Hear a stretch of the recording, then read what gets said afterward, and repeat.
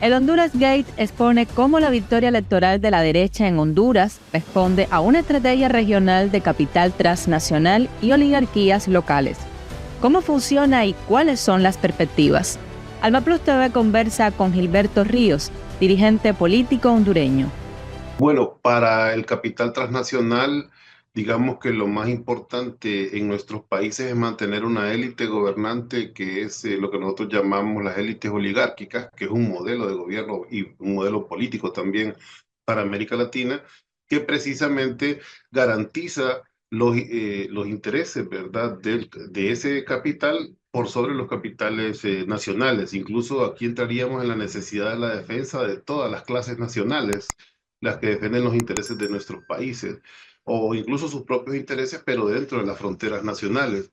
Y en este caso, pues ha vuelto a triunfar el capital oligárquico con mucho apoyo precisamente de estos elementos que además buscan resguardar las materias primas de nuestras regiones para esos intereses, porque la verdad es que, por ejemplo, Honduras es un país que no está industrializado, ¿verdad? Una economía bastante pequeña y limitada, tipo A, productora de materias primas, pero que geopolíticamente tiene una representación importante porque, bueno, tiene tres fronteras terrestres, específicamente les interesa mucho la frontera con Nicaragua, que ya fue usada para la contrarrevolución nicaragüense, y también tenemos nueve fronteras marítimas, somos el país de Centroamérica más cercano a Cuba, digamos, y por eso también era importante proceder como han procedido para mantener el control geopolítico de la región contra nuestros países. Así que lo que estamos viendo es la representación de una estrategia que en realidad lo que subyace ahí pues es el afianzamiento de sus intereses en nuestro país. Bueno, el impacto es inmediato, ya hemos tenido una ausencia, digamos, del Estado en el tema del encarecimiento de los energéticos, de la espiral inflacionaria que eso genera. Pues eso tiene que ver con esa lógica neoliberal plus, le llamo yo. Ahora hay un post-neoliberalismo de derecha también que pues acentúa este Estado que no está presente, este Estado neoliberal que intenta privatizar todo, pero que sobre todo intenta garantizar el subdesarrollo. Creo que el caso más emblemático es Argentina, porque ahí sí estábamos hablando hace 50 años precisamente de una economía que era industrial o semi-industrial y que tenía esa posibilidad de prosperar y que, bueno, desde el golpe de Estado y todos los subsiguientes gobiernos en 50 años lo que han garantizado es su subdesarrollo, lo mismo en nuestra región, ¿no? Entonces el impacto es de mayor pobreza, de mayor represión, también de mayor violencia. Hay que denotar que estos capitales están muy vinculados al narcotráfico y ahí aprovecho para hacer el vínculo precisamente con los medios de comunicación, ¿verdad? Sabemos que hay alrededor de seis economías fundamentales que son los ejes de estas políticas, ¿no? Está, pues sí, los petroleros, está el capital financiero de Wall Street, está el capital de narcotráfico, ¿verdad? Lo voy a poner a la par de las grandes farmacéuticas, está la trata de personas también como otro actor importante porque es una industria pues que campea, digamos, entre las tres más importantes económicas a nivel mundial de tráfico, de las ilícitas, me refiero al tráfico de armas, del tráfico de drogas y el tráfico de personas. Y insisto en esta relación que hay directa con los grandes medios de comunicación masivas, ¿verdad? Que es, ¿verdad? Los voceros de estos intereses. Entonces, a nivel nacional también ellos tienen una representación, como en todos nuestros países. Aquí en Honduras, el 98% de los medios de comunicación, del espacio radioeléctrico, de la prensa escrita, pertenece a las mismas 10 familias que controlan el 90% de la economía a través de 25 grupos económicos y que, bueno, son los principales responsables políticos de esta situación. Y por tanto, sus voceros, sus medios de comunicación nunca van a hacer un análisis crítico e intentan engañar a la población de miles de maneras. No obstante, la revolución tecnológica de las comunicaciones nos permiten, como en este caso, estar comunicando estas perspectivas. La verdad es que también a nivel de redes sociales en el país hay todo un movimiento crítico que no necesariamente pertenece a un partido o a una visión determinada, pero que cada día cuestiona mucho más esta unipolaridad, digamos, de los medios de comunicación oficialistas que intentan ocultar la verdad. Es muy fuerte, digamos, ya pasaron los primeros 100 días de gobierno esta semana pasada. Ahí la población se ha dado cuenta porque el aumento de los combustibles ha tenido, digamos, 15 semanas consecutivas desde que entró el nuevo gobierno, sin ninguna atención por parte de subsidios como los tenía la presidenta Xiomara, y el pueblo sabe que la continuidad de esas políticas estaba en Rixi Moncada. Digamos que lograron hacerla impopular a partir de una campaña mediática que básicamente era terrorismo mediático, le he llamado yo. De hecho, tuvimos que renunciar incluso a seguir participando en algunos medios porque era insultante el nivel al que elevaron su discurso, su redacción. Es decir, escuchabas las notas de prensa que deben tener algún nivel de seriedad, ¿no? Llegando a calificar con epítetos totalmente inaceptables, tanto a la presidencia de la República como a nuestro partido, a nuestra candidata y a muchos de nuestros dirigentes, sin que siquiera mediara el argumento o la posibilidad del balance o la posibilidad de, digamos, de opinar sobre esa situación. No obstante, ¿verdad? La realidad material se impone. Y claro que hay una decepción muy grande, un arrepentimiento muy grande de muchos sectores poblacionales por haber creído en esa campaña de miedo y de terror que se virtió sobre Rixi Moncada y su propuesta de gobierno. Más que nunca, más bien, esa propuesta tiene vigencia. El análisis que se hacía y la caracterización del gobierno que podíamos tener, si eso no ocurría, pues está a la vista. Y por lo tanto, sí, yo pienso incluso que el partido tiene grandes posibilidades de remontar políticamente porque pues el pueblo está pasando un momento muy difícil y hay que también decirlo, ha vuelto una enorme ola de violencia, masacres, ¿verdad? Que nos estamos volviendo a parecer a Honduras del 2017, que es como quien dice el Ecuador de en estos momentos, ¿no? Donde hay un presidente narcotraficante, como lo teníamos nosotros con Juan Orlando el 2017, y un repunte de la violencia completamente normalizada, digamos, por estos mismos medios de comunicación. Bueno, el CNE siempre fue un instrumento directamente controlado por la Embajada norteamericana en Tegucigalpa.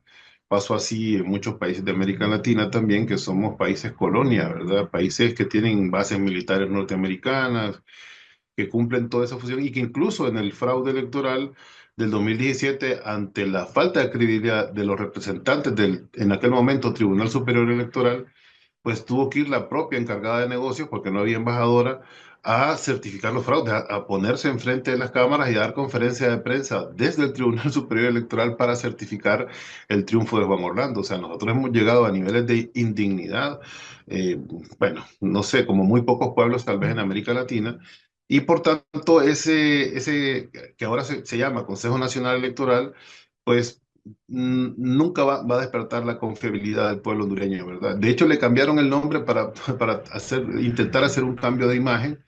Lo que pasó en el 2021 con el triunfo de la presidenta Xiomara no fue que ella no hubiera ganado, por ejemplo, las elecciones del 2013 o que no hubiéramos ganado en Alianza el 2017, sino que los norteamericanos habían tenido un conflicto de intereses con su narcotraficante, con Juan Orlando, y decidieron permitir la democracia.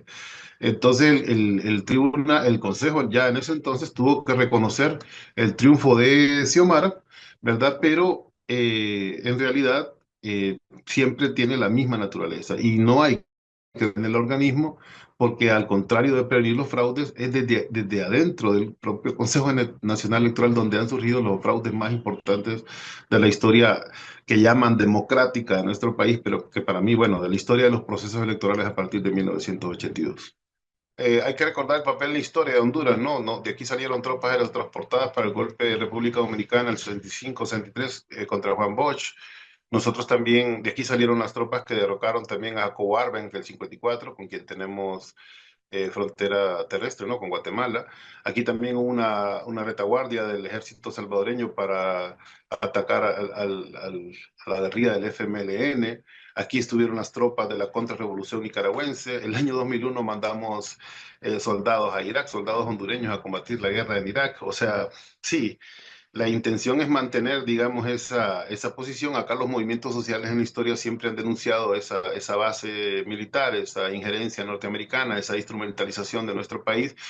Y creo que más que nunca son necesarios, pero ya viste que hay una tendencia también en América Latina o sea, no hay surgimientos importantes, lo digo de manera muy autocrítica, yo siempre formé parte de los movimientos sociales en mi país, no hay un surgimiento importante de movilizaciones populares, de hecho. Estamos viendo el crecimiento de la represión por otros medios y, como decía, el avance de la guerra cognitiva.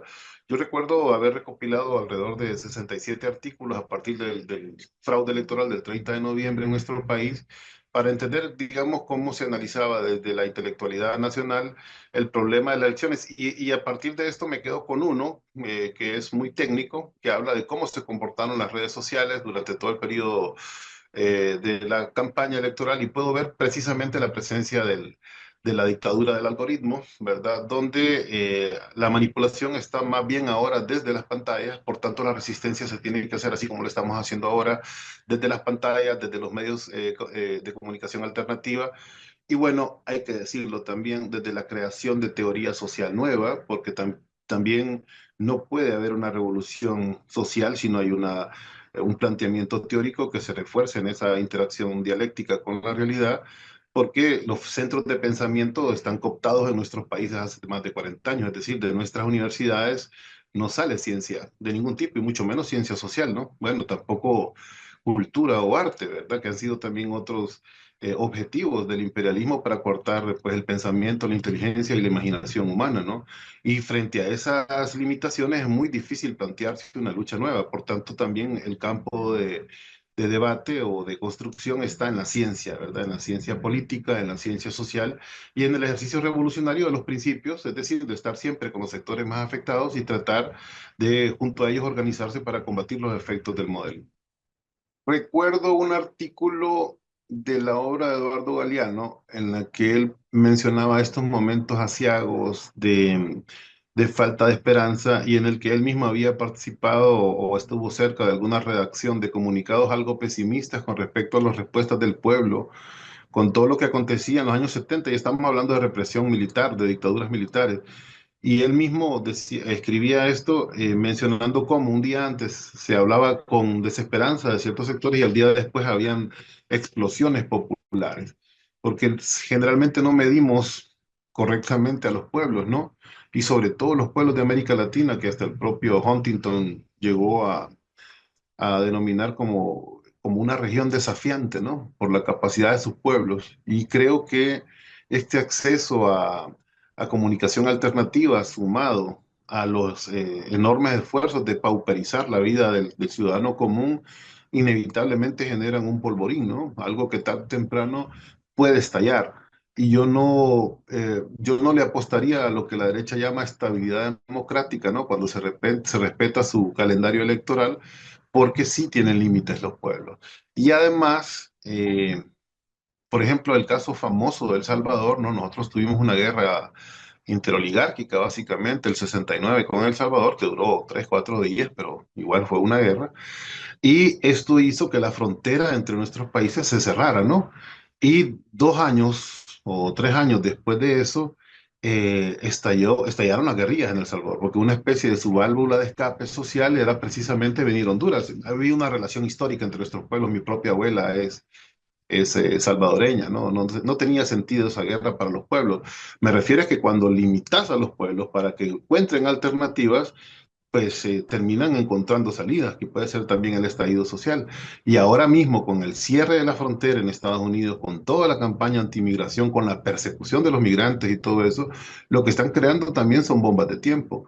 Y bueno, a nadie le convienen estas explosiones porque terminan, ¿verdad? Pero son procesos históricos naturales que hay que analizarlos de cerca y que creo que podrían decantar por ahí, porque soportar estos modelos post-neoliberales, pero de derecha es complicado. Viste que ahora están los libertarios ejerciendo esa posibilidad del fascismo edulcorado, pero que finalmente es fascismo, ¿verdad? Y que limita demasiado el desarrollo de nuestros países. Así que yo no le apostaría por esa estabilidad democrática, aunque habría que ver qué tipo de respuestas manifiesta.